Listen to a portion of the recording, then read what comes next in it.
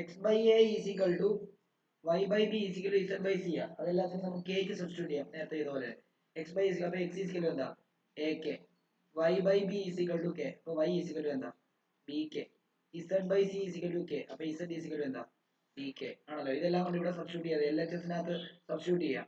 അതായത് L H S എടുക്കുന്നു, L H എസിനകത്ത് സബ്സ്റ്റിറ്റ്യൂട്ട് ചെയ്യുമ്പോൾ എക്സ് ക്യൂബിന് പകരം A cube K cube by A cube ആണോ, മൈനസ് വൈ ക്യൂബിന് പകരം B cube K cube divided by എന്താണ് ബി ക്യൂബ്, പ്ലസ് ഇതെന്താ C cube K cube by C cube ആണല്ലോ.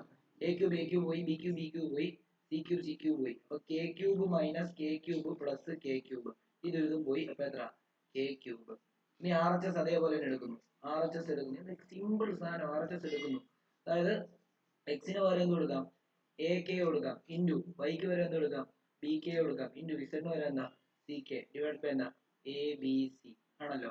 ഇവിടെ നമുക്ക് ഇതിനെ K into K into A, അപ്പം എ ബി സി ഇൻറ്റു എന്താ കെ ക്യൂബ് ഡിവൈഡ് ബൈ എന്താ എ ബി സി ആണോ. ഇത് രണ്ടും കട്ട് ചെയ്തു, അത് എന്ത് തന്നെ കെ ക്യൂബ് വന്നു.